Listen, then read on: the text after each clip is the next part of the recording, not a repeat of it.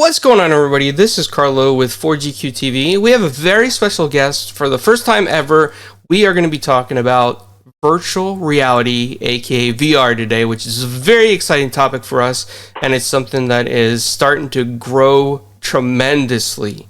And on the panel with me is Adam from 4GQ TV, but our very special guest today is Lucas. Lucas, can you tell us a little bit about yourself? Yeah, so my name's Lucas Martel. I am the lead designer, creative director for Walkabout Mini Golf, which is one of the top multiplayer games on the Oculus Quest. We're on everything. We're on Steam. We just released on Viveport. We've got a couple more platforms coming. But I've got a small studio here in Austin, Texas called Mighty Coconut. And we have been doing mostly animation for the last 7-8 years. But yeah, I come from an animation background. I did a short film about 10 years ago called Pigeon Impossible that became the basis for Spies in Disguise, which came out like right before the pandemic hit with Will Smith and Tom Holland. Will Smith gets turned into a pigeon. But Blue Sky up in New York did that one. So we've been mostly around the animation space, and then I've been starting to play around with VR and games in general for the last few years. And then, it was just a little bit over a year ago that released Walkabout Mini Golf right before the Quest 2 came along. And just sort of like we're very much riding sort of this new wave of VR that's kind of been happening over this last year and a half. Awesome. Interesting. From animation, what got you into VR? It was a mix of things. I mean, I think that there's just something about VR that creates a whole different experience that, especially if you compare it to like there was films and they started doing like the stereo or 3D films for a little while, and that's like, oh, this is kind of cool. And VR sort of like is in a way sort of not at all like that, just because the amount of presence that you get and the sense that you really are in this other environment. It's just a very powerful feeling that you really can't even sort of express. And like even people try to do trailers and commercials and stuff that show like, oh, here's what this is the VR experience, but you just really can't convey that until you put on a headset. And I know we got one of the DK2, one of the very first dev kits that came out before even sort of like the initial wave of VR, before they had the touch controllers for your hands.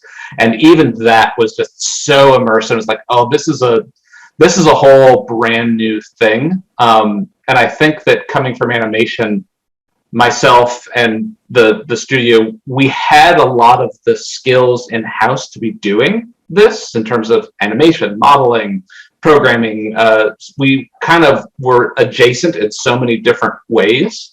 I will say though, game design and VR is still it's a massively different production process than doing games or VR. So we've had to learn a lot about totally kind of changing how our brains work a little bit as far as actually making stuff and getting it done. But a lot of the core skills are the same in terms of the software you're using and how you're generally sort of creating these worlds and assets and stuff. So you started at the beginning of the industry, right when the first Rift SDK or headset was released? Basically, yeah. We didn't actually release a true VR game until Walkabout, but we had done, we did one called 57 North, which was for the Merge Cube. I wonder if I have one handy here. Oh, yeah. This was like one of the first like AR devices that came out, but it's just essentially. Oh, wow. So we did it's called 57 North, but we did a branching narrative story where you'd be looking at it. It would actually like a shadow box, so it would have depth to it. And then as you would just turn it to be whichever. So if you wanted to choose the up direction, you would just rotate it towards yourself, and then a new panel would open up. So it was sort of a branching narrative built in this, and it did technically work with VR glasses, but it was the mobile. You stick your phone into the thing. So we kind of got involved, I think it was 2017 that came out. So kind of right on that cusp. And then we did one other game called Laser Mazer that won the jury prix at IndieCade Europe. And we were at IndieCade there in LA as well. But yeah, that one was, you played it with your phone because it was still like AR. We were using like AR Kit and AR Core, which are the phone AR tool sets, but you would play it by physically walking around your environment. And so you would literally be like walking around. It was kind of designed to be played outdoors or in a big space, but we did have a lock button so that you could play it even in a room as small as mine. But it was just very cool because you didn't have the headset on, so you really did have the freedom of walking around and moving more aggressively than you would with the VR headset, just because it wouldn't be safe. But with the phone, you're still aware of your environment. But it was very cool, and it was very sort of I'll just tie this into sort of where Walkabout the mini golf game came about, because the thing that we found with that is that everyone had a lot of fun playing it. However, because it was a single player experience, and because it kind of required you to do some silly things, it worked best outside, but you were having to like duck under lasers while looking at your phone, and just you were constantly doing very cool. Physically active. A lot of people, though, were kind of self-conscious about it, and it did require sort of like that space aspect. So Walkabout actually started off as a phone game. And we were doing the same thing. In fact, we still have this version, like we're about to get back into it. We just kind of had to put it on pause for a little bit. But we have a phone version of Walkabout where you play by holding your phone and you just are looking at the screen and you just putt by swinging your phone. But that idea kind of came out of Laser Maze. So like, okay, this is a bit more of a contained experience. It's still using the same AR tracking stuff, but but you could play it inside, you could even play it sitting down. It's just a little bit more accessible to people, but it still has that physicality. And then basically, as I had created that the AR version of the game, and then the Quest 1 came out. And so the next decade, I really quickly just did a little port over to the Quest 1 at that point. It was only a couple months old, and I had showed a couple of the Oculus guys who were there. And they're like, oh, this is really cool. And that was right at that very early stage of the standalone VR sort of that's really sort of taken over now. But yeah, it was very much sort of like we had already solved one of the biggest problems for mobile or for standalone VR, which is the processing is so limited. And because we were doing it on a phone, we were already heavily optimizing in order to just let it run on a phone. So it ported really easy then. Relatively so, yeah. I mean, to get it up and going from the mobile version, it really only took like 3 or 4 weeks with the Oculus kind of SDK. And again, the game was fully functional on AR before that. It was just a matter of sort of porting it over. So yeah, very much kind of one of those. I always say to people who are kind of getting into VR and AR, maybe this is starting to change a little bit, but especially these early few years have been like stuff changes so fast, and I feel like things are starting to stabilize and we kind of have a better idea of what's coming in the next year or so. Yeah. But for a lot of folks, especially small studios who are getting into it, sort of like try to do something that you can do and get out pretty quickly. Like 6 months is like ideal. If it takes longer than that, who knows where the next sort of, where things are going to sort of evolve from here. So it's still so early. You have to be kind of nimble. Believe it or not, Walkabout Mini Golf is Carlo's first experience with VR. He was fully immersed. He had a great time with it. Yeah. And how long ago was that you had that experience, Carlo? That was probably, I want to say, maybe not even like 2.5 months ago. Okay. So I was one of the people that was like, I went to, I don't know if you ever heard of it, Orlando IX, and they had a lot of stuff about VR back then. I spoke to Chance Glasgow, and this was quite a few years ago, and he said that VR wasn't really ready because it wasn't at least 90 frames per second per eye at the time, and so I had this idea in my head that VR was never going to be good for gaming, because I thought it could never be possible. And then Adam was like, oh, well, you should try VR because it works now. You don't get that motion sickness that most people used to get. And I put on the Rift at the time that Adam kindly sent me, and I got into Walkabout Mini Golf. And I was blown away. I was like, there is no way that because like once you put that on, you feel like that you're in that world, the ambient sounds, the waterfalls, you just hear everything and you're so immersed into it. And when I found the first Hidden Ball, I was like, oh man, okay, these guys are awesome. They know what they're doing. This is awesome. Yeah. And I gotta be honest, I've been hooked on it ever since. I think that the overall design of your game is just amazing. It's so immersive, and I think anybody who was a doubter in VR, they play your game, they're gonna want to be into more VR for sure. Yeah. Yeah, it's funny. We did kind of one of the design things that I've always been a big fan of is sort of like trying to keep that basic interface as sort of like as absolutely simple as possible. And one of the things is that you actually can play the entire game, and the only button that you need is the trigger button. Yep. And so I had like even my parents were beta testers, and that was fantastic just because there's been a lot of people getting into VR. A couple people have even said sort of like we're almost in that same space that like Wii Sports was. But there were a lot of people who played that. I think that with what we could do with the headset and everything, there's a lot more immersion that we can get with that. And the fact that we could do new courses that take you to a new place every time. And we can do a lot with that physics gameplay that really does create a new experience sort of every single course we do. But there is something to that. And we've had a lot of folks playing as sort of like the kind of the first VR experience.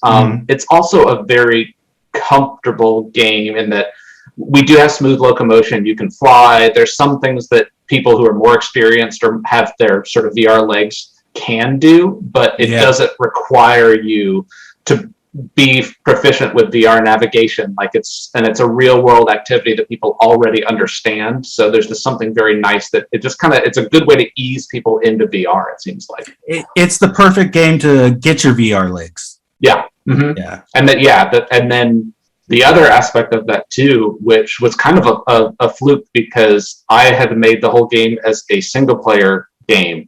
And then Oculus was really pushing to, multiplayer. Like everyone wants to play this with friends. And so I was reluctant to do that only because this was mostly a solo dev project and I had never done multiplayer. And so about 2 months before launch, I kind of quickly got multiplayer up on its feet and working. Wow.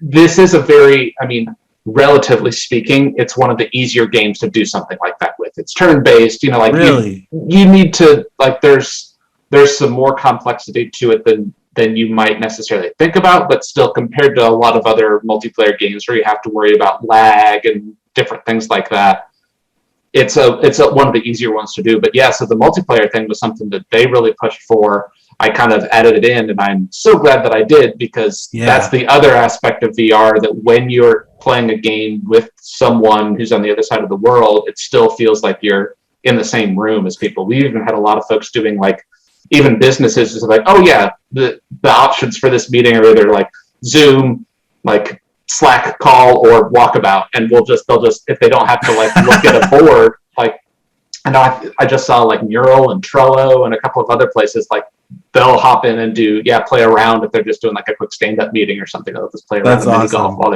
they're chatting. So it's that there is something about VR and that shared space that until you do it, it's hard to really wrap your head around it. But once you're in there with someone else, you get I remember where we were at in this virtual world when someone said a certain thing, and there's some weird sort of brain thing that happens with that. So yeah, the social aspect of VR is a game changer for me. Yeah. It's amazing, and I'm really glad you implemented that into the game. Oh yeah, no, I am too, because that's really what's driven everything. So but it's also one of those things. I think that there's so many different things that you can do in VR, and that's not to say that the multiplayer stuff that's the only thing that works in VR, because there's some great single player experiences too. Definitely. And even there's even several of our players even just play it single player because to them it's more of a zen, relaxing sort of kind of a way to chill out after a rough day sort of thing. So you could use it for a lot of different things, but yeah, I think that is one aspect. Actually, the other thing that we're absolutely doing now. I remember though when we were on the DK2, the dev kit, before they had the touch controllers. Yeah. And we were just using game controllers for everything. They're we're adding these hand supports. And I was one of the ones why? That sounds like a gimmick. Until you actually get in there and try it, and then you realize, oh, wait a second, I can interact. And like, it's one of those things that at the time, it didn't quite click because we were still so in the old school gaming buttons controlling things. But then as soon as you add that, just that ability to, truly It's interact a game with changer. the world. Yeah, it completely changes what you can do with the game. And stuff like that is I've tried to sort of really, with any new sort of like thing that comes out, I try to sort of like put any of my preconceived notions, like until I actually try it, I try to put them aside because until you actually get in there, it's really hard to imagine what your brain is going to do. Even like haptics, like whenever you hit the ball, there's that little vibration. In fact, we've even got, I guess I don't have it here, but we've got people who have made like putter extensions so they can actually just hold like a real putter handle. And the way the vibrations travel up the handle of the club, it absolutely feels like you just hit a real ball. And there's something about your brain that puts all those pieces together that makes it feel like real in a way that you wouldn't have necessarily, you wouldn't have thought that it would be that convincing. Yeah, it's fantastic. Mm-hmm. It's fantastic. Yeah. Yeah, I was going to say that one of the designs about Walkabout Mini Golf that I think is amazing that you have done is the fact that we have a friend with cerebral palsy, and he's actually able to play your game sitting in the same spot. He doesn't have to worry about, moving the wheelchair around and trying to hit the ball. And that is one of the, I think, greatest accessibility things about the game. And it's bringing more and more people together. In fact, the game is so popular amongst our community of friends that they're doing community game nights now on Walkabout Mini Golf. Oh, awesome. Yeah. It's I think there's a couple of things with that. So the lock ball position is the feature that they do. We still want to find a way to make that a little bit more easy for people to see, because there's a setting that you have to turn on, and it exists for a variety of reasons. One of them is specifically for like if you're playing in a chair, you can just line yourself up and then you won't have to move for the rest of the thing. But I feel like in a way we were kind of lucky that we didn't have that. Myself and the studio didn't have sort of deep gaming experience, just because a couple of things, like the fact that it's just a rune code, is kind of primitive until you're in VR and you realize it's so difficult to communicate with other people in order to sync up, and getting people on a friends list and all that. So some things like tournaments, like you could just bracket out a tournament and just say, oh, you're in room X, you're in room Y, you're in room Z, and it is primitive, but in some ways I feel like it's way, way more accessible, and there's just minimal button presses that you need to do in order to meet up with other people. It works really well. It works really well. I'm surprised at how well that works. So I was like, okay, this is the hacky way to get multiplayer in really quick. We'll have to redo this later. But in retrospect, sometimes especially in VR, I feel like there's a lot of the traditional things that you would do in games, or ways of meeting up, ways of connecting, ways of just doing all that sort of stuff, that seem like they have kind of they just don't work as well when you don't have some of the other apps. Like the fact that I bet there is, or there will soon be, some like Discord or ways of sort of like communicating, like side chats, but still typing in VR is still kind of clunky, and it's getting better, but there's just you need a couple more ways of communicating with people, and trying to keep it as simple as possible is great. I agree. Yeah. That was a very deep tangent that you probably didn't. It's fascinating. It is, yeah. Yeah. I was gonna, Adam, go ahead if you have a question. I was just curious how big of a team it took to develop the game. The base game that launched with 4 courses and not a whole lot of frills, that was basically me as a solo dev. Wow. I did have one. I did have a little bit of modeling help, and we used some stock assets, which also helped on that in terms of the environment creation. But I did 3 of the 4 courses myself, and then I had another one of my old business partners was the modeled tourist trap, the first course. And now he's coming back to help us out. So we've now grown to 13, I believe, now. Wow, that's impressive. Yeah, so as we're starting to do more courses, more features, and just generally now the game's kind of taken on some life, and it feels like we've entered that amazing space that very few games get to, and that we have a strong enough user base that we're now able to we can build on this, and we can keep doing more courses and keep adding more mechanics and features and all that sort of stuff. And we want to keep that game healthy and growing and all those sorts of things. So the team has scaled up a pretty decent bit. Not to get too deep into it, but that's been one of the biggest challenges for me, because I know how to run an animation team, but you would think that, there's a lot of crossover between running an animation studio and running a game studio, but the two are fundamentally sort of just the way that you approach stuff and think about it is very, very different. And a lot of the folks on our team do come from an animation background. Mostly animators, modelers for animation. One of our more recent, we've got a new senior art director who actually comes from Disney Imagineering. Wow. That's cool.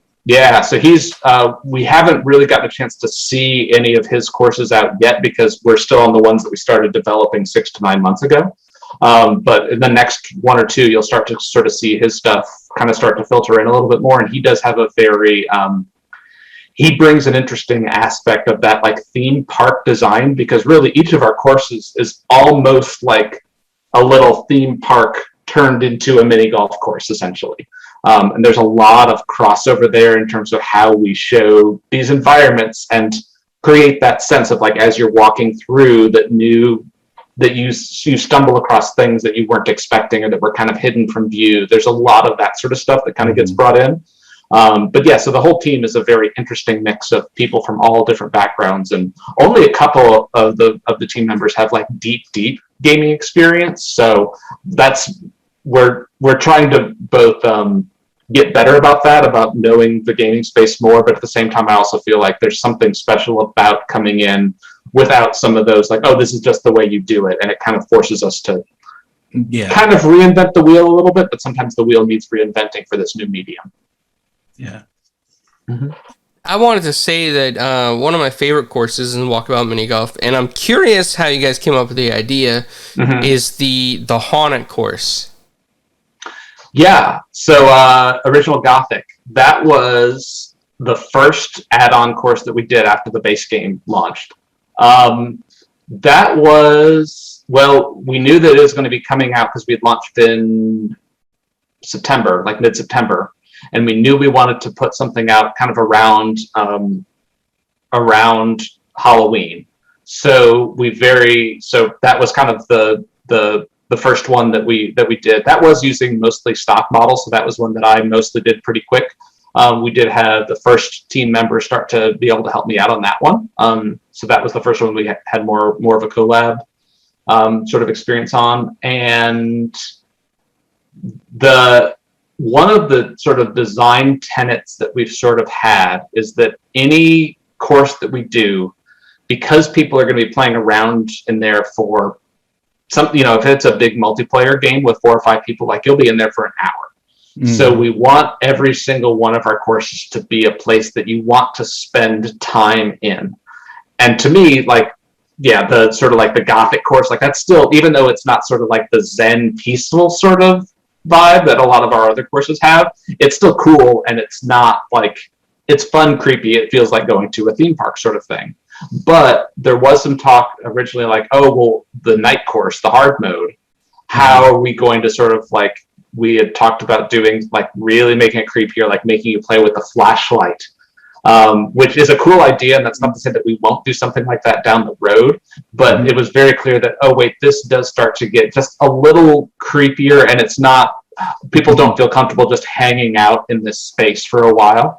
And so we kind of went the opposite direction, where because we had Christmas coming up, we're we'll just make the Halloween course the Christmas course and just throw Christmas lights. And elf vomit was the word that we came up with, that someone just got into that dungeon and just sort of they Griswolded it up, just put Christmas lights on every possible surface. And so that was a lot of fun and a lot of work to kind of get all that, to kind of redeck this whole castle out for Christmas. But was that kind of answer the question you had, Carlo? It does, yeah. Yeah. Yeah, definitely. Is Is there a favorite course that you have or any of the team members have? I think that right now everyone has a different opinions on it, but I think that the team favorite right now is probably Shangri-La. It's the newest one. It's the new DLC that we just launched, but especially night mode on Shangri-La with the lanterns floating up. That's the first course that we've released where you really do see sort of like, okay, this had the full team behind it. Cutie Valley was also sort of like right on the verge of that. But it just goes to show the difference that you can get out of having like one person kind of doing stuff solo versus a team that's able to be a lot more, just do a lot more stuff in terms of the visuals of the gameplay and just polish things more and add more life to the environment. But yeah, Shangri-La is definitely way up there. Cutie Valley is also a bit of a favorite. There's also a bit of a mix too, depending on some people prefer the gameplay of certain types of courses and the visuals of other types. So we try to mix that up as much as possible and just really get a wide, we try to make it so that each course really does have its own, not just visual aesthetic, but even from a gameplay standpoint. Like Cutie Valley doesn't have many of the hard edge, like usual mini golf, like 4x4s or hard barriers. Like it's all these gently sloping sort of things that you can put up and over and around, and all those design choices kind of give each course their own sort of like, they play in fundamentally different ways than something like Arizona Modern, which is very geometric and circular. So it's the windmills are fantastic though. Yeah, the windmills. The Cutie Valley came from a lot of people were like, you're doing a mini golf game, you have to do windmills. And I have always hated the windmill hole. On every like real life mini golf course that I played, it's always just felt very like obligatory, like that no one seems to ever do in a lot of the real life courses. I haven't played many of those courses where they took the windmill hole and did something really cool with it. It was always just like, nope, you put it through the windmill and then you get in the hole. Like it's always kind of meh. So we did want to say like, okay, we're going to do windmills, but what's our version that we can take this and do it bigger and not have to worry about safety of people getting smacked in the head with these giant windmills, and just generally sort of like, do some stuff that you couldn't ever do in the real world. And that's kind of where Cutie Valley came from, that idea of like, we're going to do a whole course built around windmills, but we're going to do it. Nice. Nice. Mm-hmm. I should also mention, that's probably my favorite piece of music as well. So Chris Raymond, our composer, who's done the music for all of my games and films and everything, but then he's also all the courses. I think Cutie Valley is probably my favorite piece of music, maybe that not that he's ever done, but definitely for this game, Cutie Valley, the soundtrack to that one is really stunning. I really enjoyed the music in Cherry Blossom. Oh yeah, it feels really zen. Mm-hmm. Yeah, and music was also something that we didn't even have in the initial launch of the game. We added that maybe like 6 months after. Originally I was a little concerned about the music becoming too repetitive, and it took us a while to sort of find like, okay, here's a length that's not like unwieldy for us to create, but that also like gives you that zen vibe, and it kind of fades into the background and it's kind of ambient, but it still has some personality and some melody to it, things like that. But all of the pieces are, I love all the music. Cutie Valley is my favorite by far. So Yeah, I'm still trying to get familiar with all the course names, because a lot of times I just join the rooms and Adam or our other friends just throw me into a course and they're like, oh, what do you think about this? What do you think about that? And so there's two things that really stick out to me, and I don't know what course this is, Adam, so you might have to name it.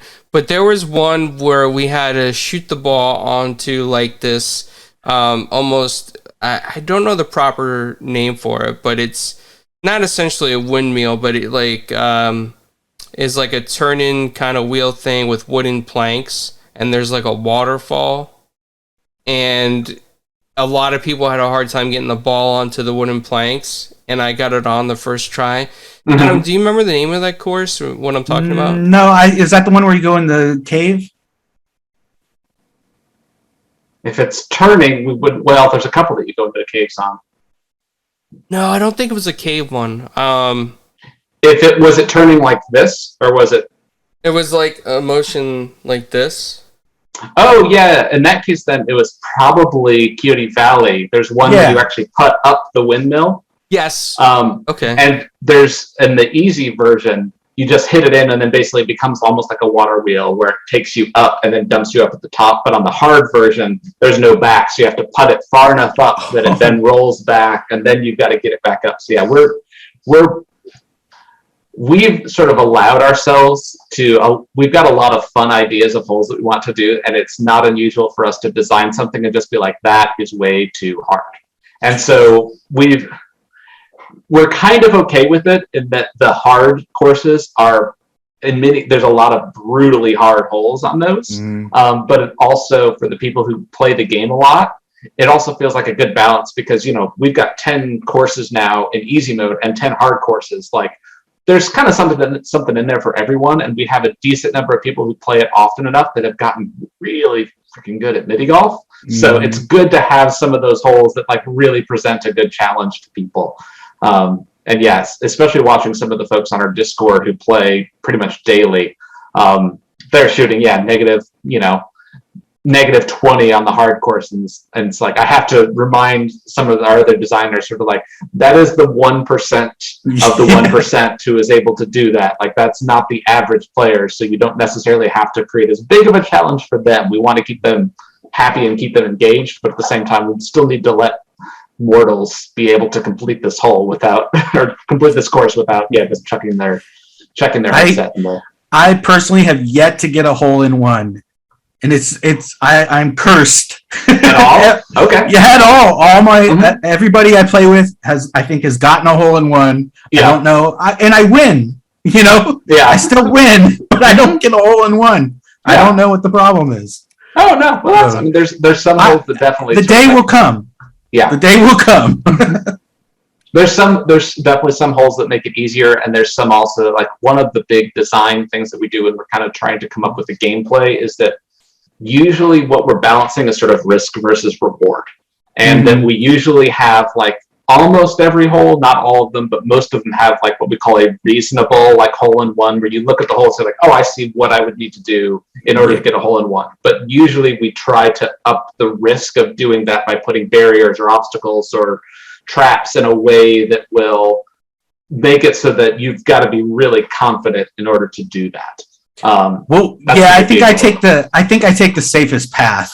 But that's probably that's probably my problem. Yeah, no, but that consistency of being able to do it is sort of but it also makes it fun because for the people who are more competitive, that then you get to that point like, oh, I'm down 3 strokes with 3 holes to go.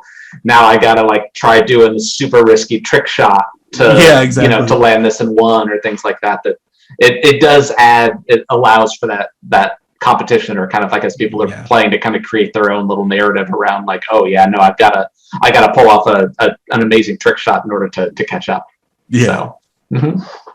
So one question is, has anyone found all the hidden balls yet on all the release courses? Quite a few people have.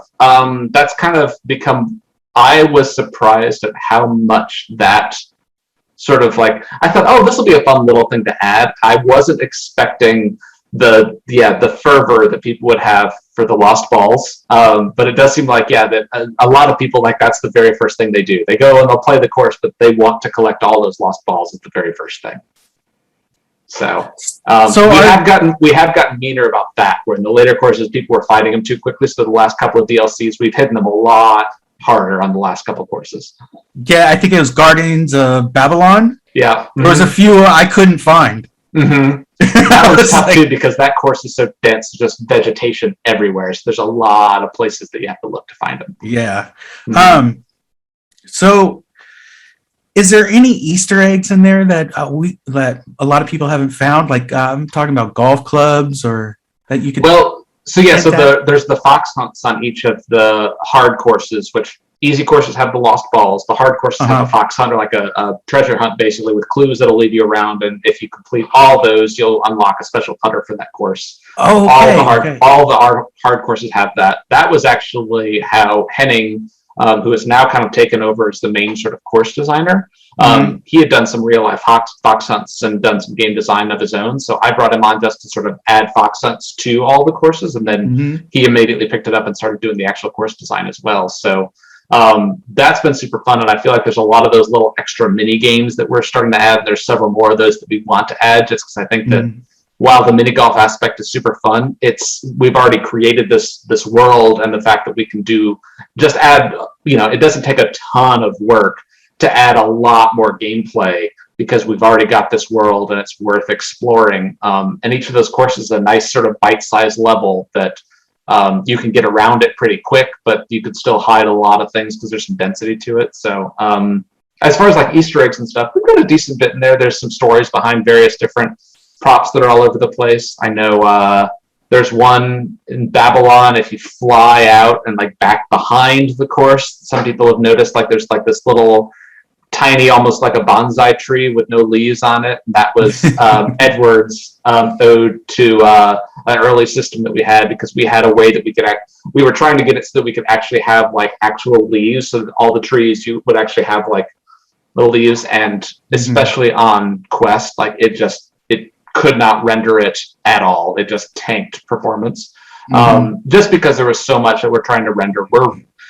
People don't necessarily think like, oh yeah, you're pushing the limit of the Quest with this mini golf game, but the big difference is that we have physics running at an extremely realistic setting, and we've got from many places on the course you can see the entire course at once. And so even though it's sort of like, oh yeah, we could definitely do more with shaders and stuff to make it look more realistic, we've opted to go more for that sense of like, oh no, the sense that you're in this much larger space and you can see someone playing on the other side of the course all at once. That's something that a lot of other VR games are not necessarily doing, because it does just instantly take up most of your performance.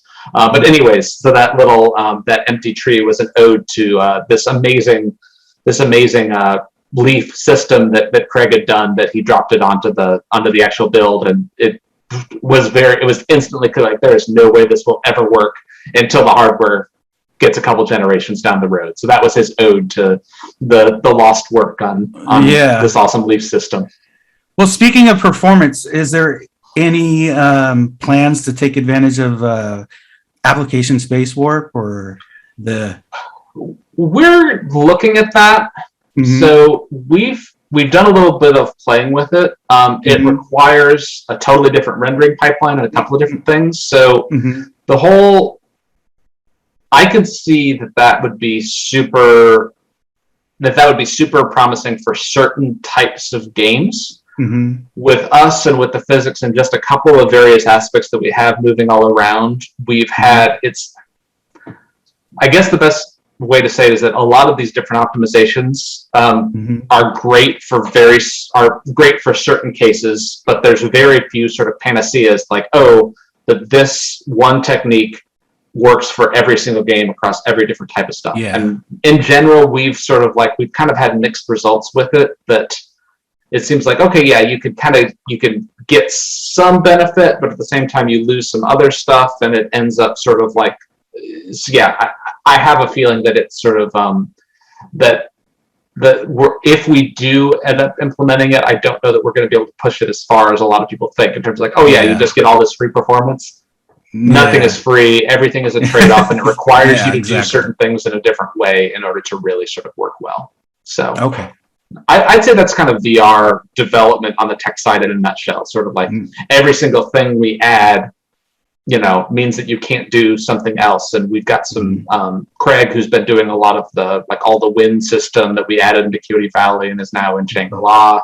A lot of that stuff, he's got some very sophisticated, very clever ways of doing it that it's not a negligible impact, but he's able to do it in a way that is highly, highly optimized specifically for certain bits of hardware. And right now, as much as I love PC VR, and you do get a pretty nice graphics bump if you go onto PC VR, mainly just that we're rendering way more resolution, so it's really, really crisp on PC VR. We want everybody to be able to play together, though. And so we are still very much in a Quest first, and we heavily optimized for Quest. And then PC, it's great because then we just sort of like turn off all the optimizations. You'll never see any, any log switching or any of the sort of like the slightly uglier hacks that we have to do in order to get it to run on PC VR. You just see everything at full res all the time, which is also really, really nice. So, okay. Yeah. Wow, that's awesome. Mm-hmm. Well, Lucas, I know we're getting towards that time.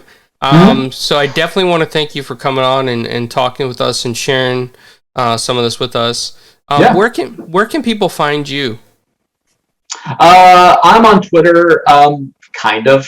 I'm at Lucas Martel on Twitter, although I am not very active. The main Walkabout MG page is a better one. Actually, probably the place I'm most active is our Discord. So if you are playing the game or have questions about the game, it's just discord.walkaboutminigolf.com. We'll get you there. There's links all over our website at mightycoconut.com.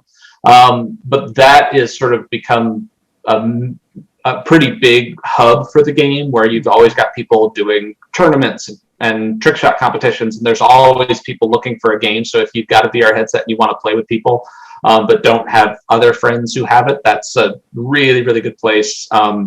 We do treat that as a bit more of a community, and that we're able to police things a bit more and make sure there's no bad actors on there, and just generally sort of like it's a really friendly group of people.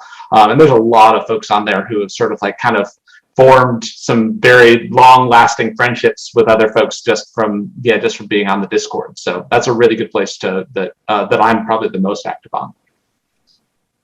Awesome. Well, for everybody watching later, check that out. Join that Discord. It sounds like a place to find other players too, and a fun place to be. Mm-hmm. And thank you for listening. And Lucas, again, thank you for coming out. Thank you very much. Yeah, thank you guys. See you guys all later. Bye.